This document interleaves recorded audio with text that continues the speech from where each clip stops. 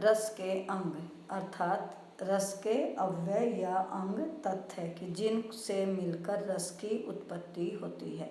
तो सबसे पहले हमें ध्यान रखना चाहिए कि रस निष्पत्ति होती क्या है या रस निष्पत्ति में किन किन अंगों की आवश्यकता पड़ती है या किन अंगों से किन तथ्यों से मिलकर रस की उत्पत्ति होती है।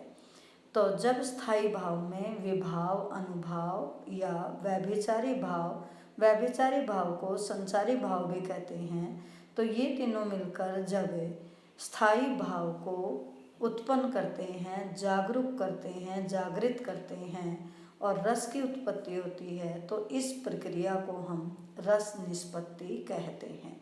इस आधार पर रस के 4 अंग हैं।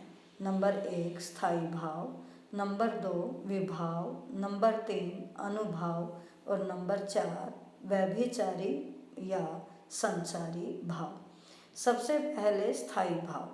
स्थायी भाव अर्थात जो स्थायी रहते हैं अर्थात परमानेंट रहते हैं। मन में कुछ भाव ऐसे होते हैं जो हमेशा ही विद्यमान रहते हैं और जब उनको स्थिति मिल जाए या ऐसी दशा मिल जाए कि वे जागरूक हों और तब वे स्थायी भाव जागरूक होते हैं।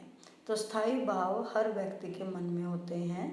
कुछ विद्वान रस 9 मानते हैं, लेकिन कुछ विद्वान भक्ति और वात्सल्य रस को भी अलग मानते हैं, जिस कारण वे 11 रस मानते हैं। तो ये 11 ही स्थायी भाव होते हैं अर्थात प्रत्येक रस का एक स्थायी भाव होता है और जब ये स्थायी भाव विभाव अनुभाव से मिलते हैं या व्यभिचारी से मिलते हैं तब रस की उत्पत्ति होती है। अर्थात रस हम कहेंगे स्थायी भाव, विभाव, अनुभाव और संचारी भाव से मिलकर जो आनंद मिलता है, जो सुख मिलता है, उसको हम रस कहते हैं या रस निष्पत्ति उस प्रक्रिया को कहेंगे। तो स्थायी भाव समझ आ गए कि वे स्थायी होते हैं और 11 स्थायी भाव होते हैं 11 रस के अनुसार।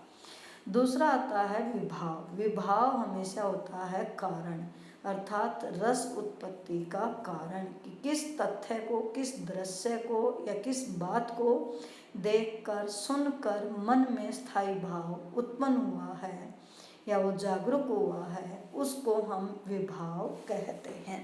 विभाव में भी 2 भेद होते हैं, एक आलंबन होता है, एक उद्दीपन होता है।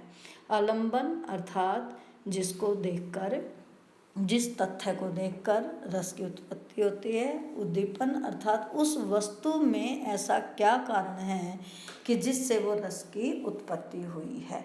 और तीसरा है अनुभाव। अनुभाव 4 प्रकार के होते हैं।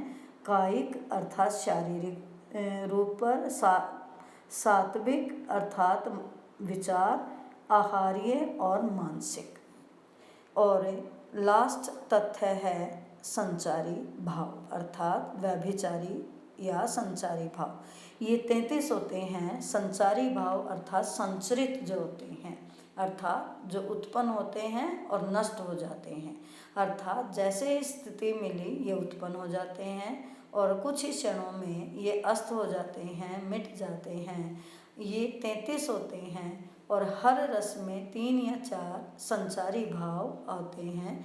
ये हमने ध्यान देना है।